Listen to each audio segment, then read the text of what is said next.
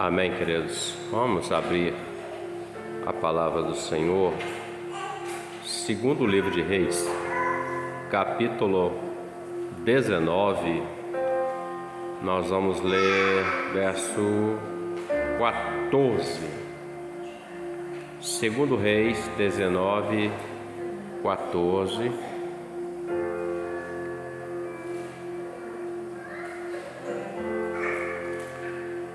Amém?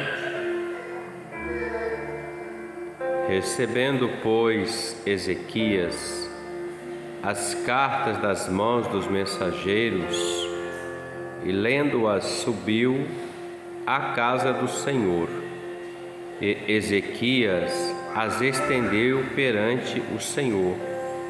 E orou Ezequias perante o Senhor e disse: Ó Senhor, Deus de Israel, que habitas entre os querubins, tu mesmo, só tu és Deus de todos os reinos da terra.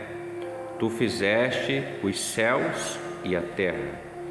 Inclina, Senhor, o teu ouvido e ouve. Abre, Senhor, os teus olhos e olha, e ouve as palavras de Senaqueribe, que ele enviou para afrontar o Deus vivo. Verso de número 19. Agora, pois, ó Senhor nosso Deus, ser servido de nos livrar da sua mão, e assim saberão todos os reinos da terra que só tu és o Senhor Deus. Verso 20. Então Isaías, filho de Amós, mandou dizer a Ezequias: Assim diz o Senhor Deus de Israel: o que me pediste acerca de Senaqueribe, rei da Síria, eu o ouvi. Pode se assentar. O momento nesse texto em que o rei Ezequias, juntamente com todos daquela região, daquela cidade, os servos do Senhor, eles estavam vivendo um dia difícil, um dia ruim, um dia mau, porquanto Senaqueribe havia sitiado a cidade e ele iria invadir a cidade e mataria todos que ali estavam. A sua grande maioria, na verdade. Alguns eles usariam como seus serviçais e pegariam o despojo, ouro, prata, pedras, animais, o que estivesse ali ao alcance da mão deles. O rei Ezequias, juntamente com os seus servos ali, se acharam numa situação difícil de resolver, porque ele não tinha como combater aquele exército, porque naquele tempo a Síria vinha caminhando sobre a face da terra, dizimando outros povos, outras nações, conquistando o mundo antigo, digamos assim. E eles chegaram às portas da região ali do povo de Deus, e a palavra diz que Ezequias, ele temeu aquilo. Ele até tentou de alguma forma argumentar com Senaqueribe, mas não teve êxito naquilo. E o que acontece? O orgulho, a altivez, o poder bélico na mão de Senaqueribe e seu exército fez com que eles se achassem imbatíveis. Alguém que não iria conhecer a derrota. E eles não serviam ao Deus de Israel, eles serviam aos deuses deles. Então, toda vitória eles atribuíam ao Deus deles. Tanto que eles enviam uma carta para Ezequias, dizendo que o Deus de Israel não salvaria eles da mão deles, porque as outras nações com outros deuses não livraram.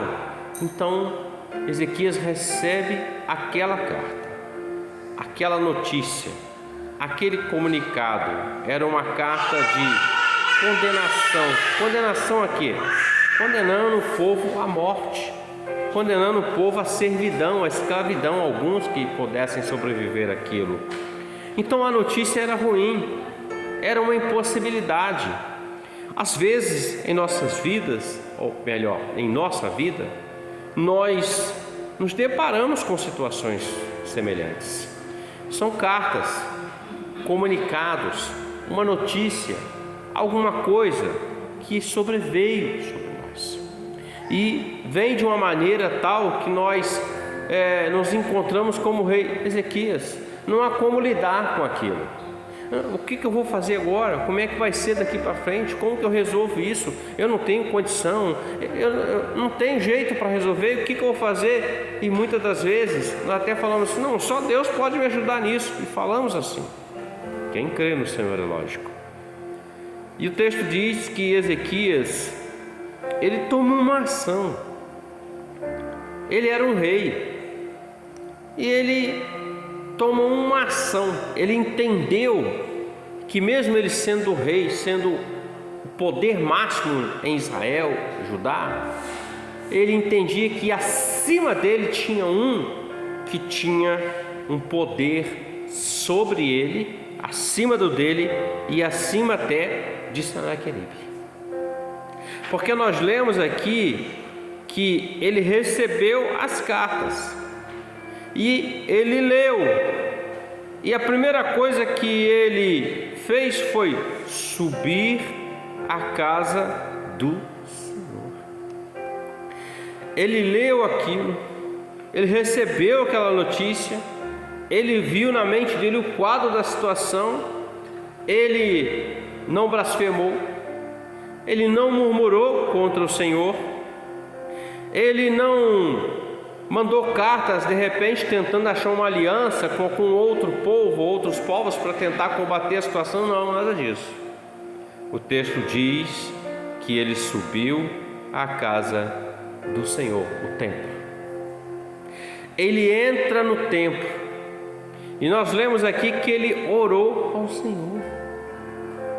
Muitas pessoas, meus irmãos, têm vivido situações de impossibilidades, ou situações das quais elas esperam que Deus faça algo de alguma forma na vida delas.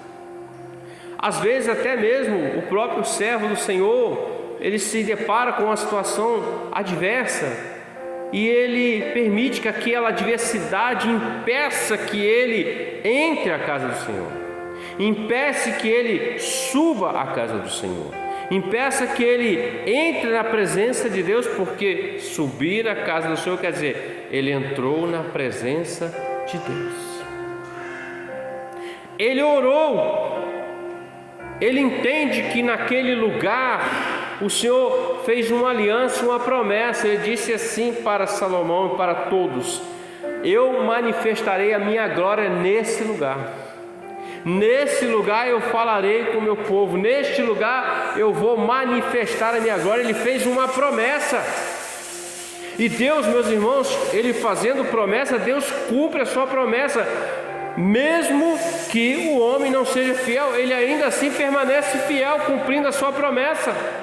Então Ezequias entendeu: não, eu vou lá naquele que é o fiel. Eu posso ter falhado no reino, eu posso falhar como homem, mas ele não falha, ele é Deus fiel. E ele entra na casa do Senhor, ou seja, foi falar com aquele que tinha a promessa. Nós temos uma promessa, meus irmãos.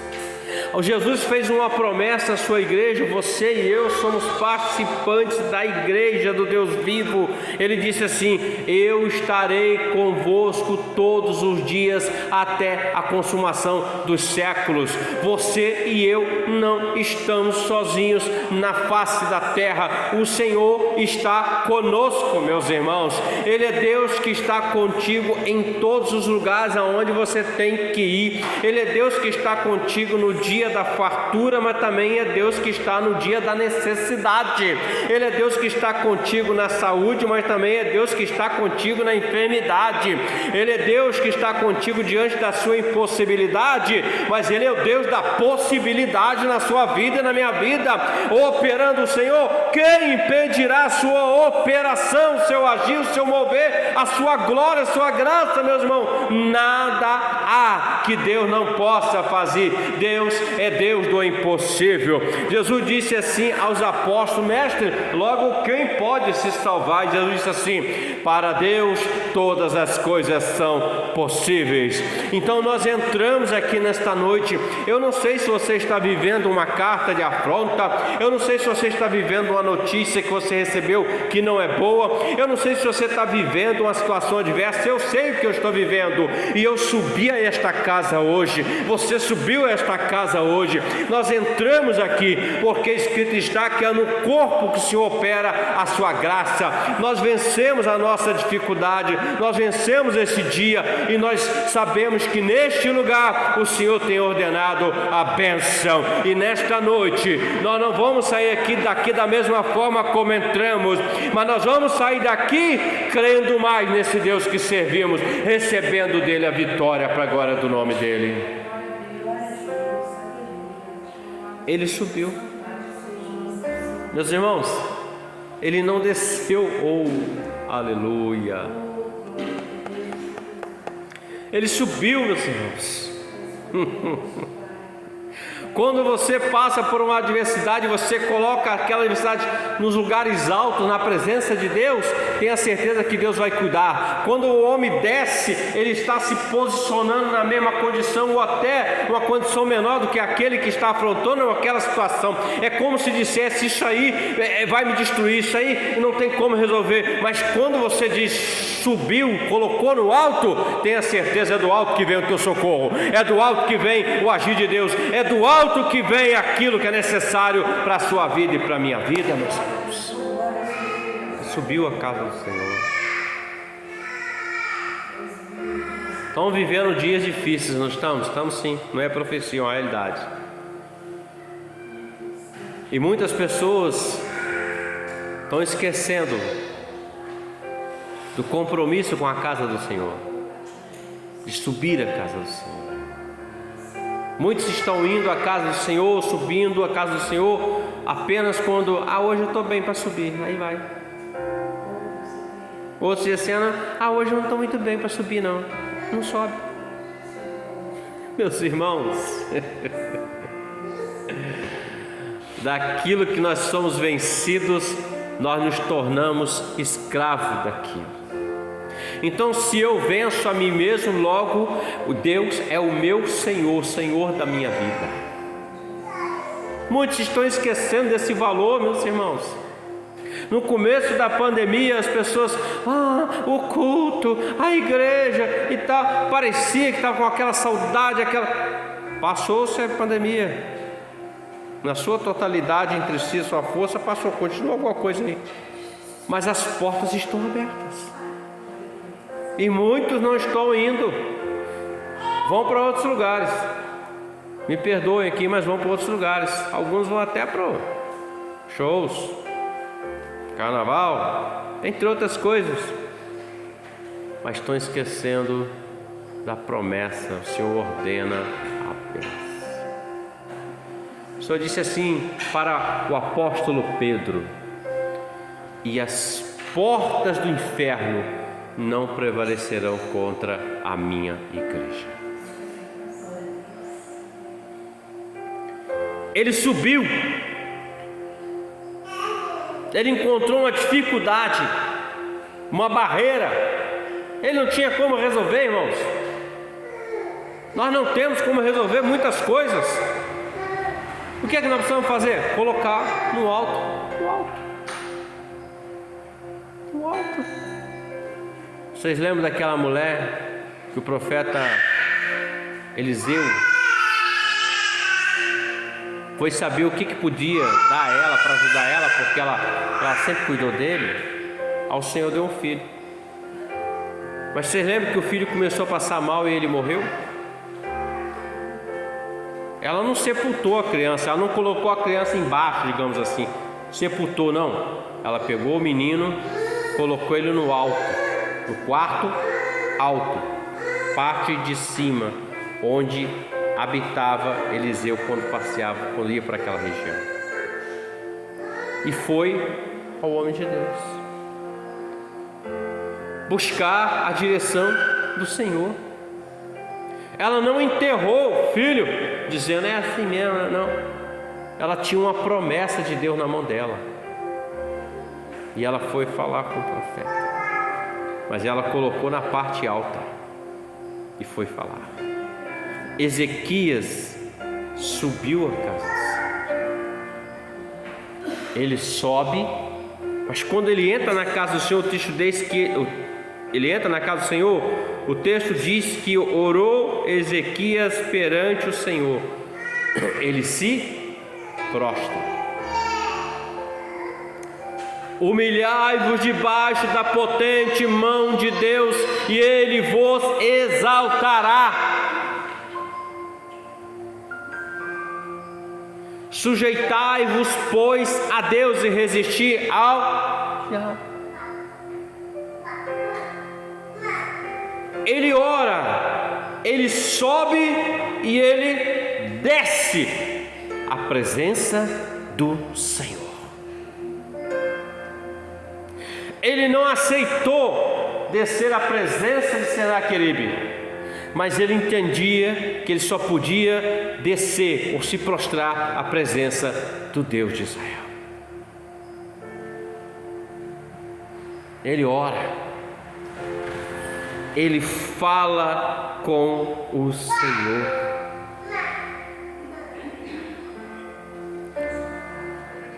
Quando nós colocamos todas as nossas situações diante de Deus, em oração, crendo, receberemos. Jesus falou isso. Tudo aquilo que pedides ao Pai em meu nome, crendo, recebereis. Quando você ora, você está colocando na mão de quem tem condições de mudar o quadro da história, da situação.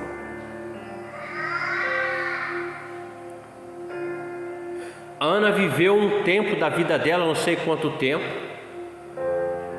choramingando, sofrendo, porque não podia gerar filhos. Mas Penina, sua adversária, que estava sempre com ela, zombava dela, afrontava ela, tinha filhos. Mesmo Eucana dizendo para ela, mas eu te amo, você é o meu amor e tudo, não bastava, ela queria gerar filho.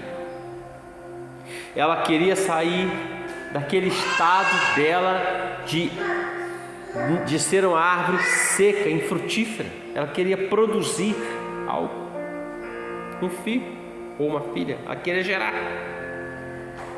Mas o texto diz que quando eles sobem ao tabernáculo para orar, para levar as suas ofertas, ela entra. Ainda não havia o templo construído, mas ela entra no tabernáculo, mesma coisa, só não tinha aquela estrutura. Mas havia a promessa de Deus lá dentro. Eu vou manifestar aqui a minha glória. A promessa de Deus ainda está aqui neste lugar, meus irmãos. Deus tem manifestado a glória dele para a glória do nome dele. Ela entra e a palavra fala que ela vai orar a Deus. O texto diz que ela orou e chorou muito. E a oração dela ninguém ouviu. Ninguém estava por perto, ouviu, porque ela não ficou gritando, não. Ela falava com os lábios dela e chorava. Ninguém estava ouvindo perto dela, mas Deus estava ligado na oração dela, ouvindo a oração dela.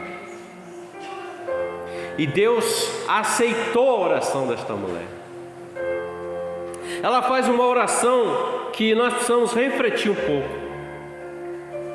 Ela diz assim: Senhor, se o Senhor me der um filho varão. Olha o que ela está dizendo. Ela está desenhando, pedindo a Deus o que ela quer exatamente. Eu quero um menino, não quero uma menina. Se o Senhor me der um filho varão, eu vou entregá-lo, consagrá-lo ao Senhor. Ela está dizendo assim: o Senhor vai me tirar essa estigma e eu vou gerar essa criança, mas eu vou devolver ela para o Senhor. O que ela queria era não ser aquela árvore infrutífera. E Deus ouviu a oração dela. Foi mãe de outros filhos depois e ela cumpriu o que falou. Ela entregou o menino lá no templo. Samuel, um dos maiores profetas do Antigo Testamento, um deles, usado por Deus, uma intimidade com o Senhor muito tremenda, meus irmãos, porque foi dedicado a Deus. Sabe, abrindo um gancho aqui, eu vejo muitos pais que não têm o cuidado de levar a criança à casa do Senhor, ensinando o caminho que deve andar. Prefere deixar o filho lá de frente para a TV, de frente para o celular, de frente das coisas. Não ensina ele o caminho que ele deve andar. O mundo ensina rapidinho. Você pode pegar uma criança e botar de frente à televisão, daqui a pouco você vai ver, ela está fazendo exatamente o que está se falando e fazendo naquela televisão. Aprende. Mas quando você ensina o caminho, ela não esquece. Ela não esquece que existe um Deus. Tem muita geração aí que não sabe que existe um Deus. Ele já ouviu falar, o Deus que criou Deus, mas ele não sabe quem é Deus, nunca conheceu o Senhor, só ouviu falar. Por quê? Porque não foi ensinado o caminho que deve andar. Tem uns salmos, eu não me lembro aqui o número dele, acho que é 129, não tenho certeza. O salmista diz assim, que os filhos são herança do Senhor, e o fruto do ventre é o galardão. Ou seja, Deus está dizendo, os filhos são meus.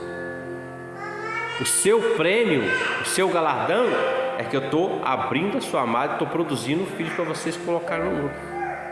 Está na palavra. Alguém disse, estou criando meu filho para o mundo. Não, tem que criar para Deus. Esse mundo vai passar. Tudo vai passar. Os céus e a terra passarão, mas aquilo que Deus falou vai se cumprir. Já está se cumprindo e vai se completar o seu cumprimento para a glória do Senhor. Ezequias orou, meus irmãos. Ezequias não disse assim, Senhor, mata o Senaqueribe.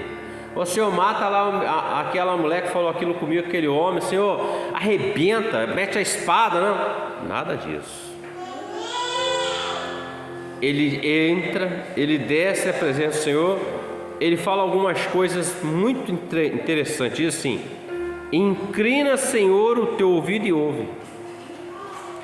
Abre, Senhor, os teus olhos e olha.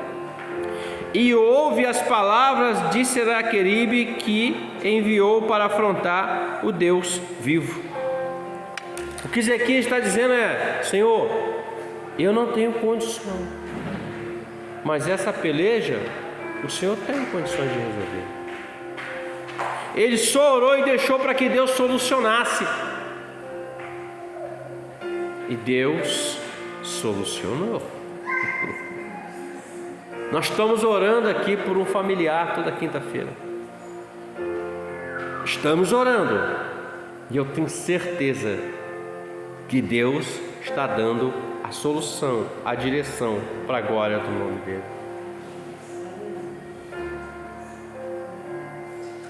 O texto diz que no final nós lemos aqui no 19, fala assim, ele diz assim, Senhor, agora pois, ó Senhor nosso Deus, ser servido de nos livrar da sua mão, e assim saberão todos os reinos da terra que só tu és o Senhor Deus. Olha o que ele está dizendo.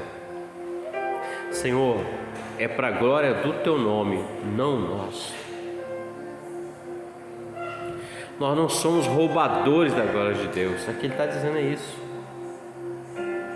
essa peleja é para a glória do teu nome. O livramento é para a glória do teu nome.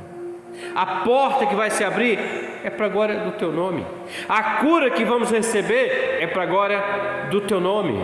A conversão daquele que estamos clamando é para a glória do teu nome. Ou seja, é para a glória do teu nome, Senhor. Nós receberemos essa vitória, mas o seu nome será glorificado e todos verão o seu agir, o seu mover, a sua graça, a sua bondade, misericórdia, providência, socorro e provisão na vida, Senhor Deus e Pai, para a glória do teu nome. E a glória é de Deus. Ele orou e Isaías era o profeta. O Senhor foi e falou com Isaías, falou assim: então Isaías, filho de Amós, mandou dizer a Ezequias: assim diz o Senhor Deus de Israel: o que me pediste acerca de Senaqueribe, rei da Síria, eu ouvi. Às vezes achamos que Deus não está ouvindo, não é? Muitos acham, mas Deus está ouvindo. Deus está ouvindo. O tempo dele agir pode ser daqui a um segundo, pode ser daqui a uma hora, pode ser daqui a algum dia, mas ele virá. Ele está ouvindo. Ele está escutando o teu clamor e o meu clamor. Ele está ouvindo a sua oração. E naquela mesma noite, nós não lemos, o Senhor deu ordem ao anjo, o anjo do Senhor, e ele feriu no arraial dos assírios, a 185.000 deles. E pela manhã se levantaram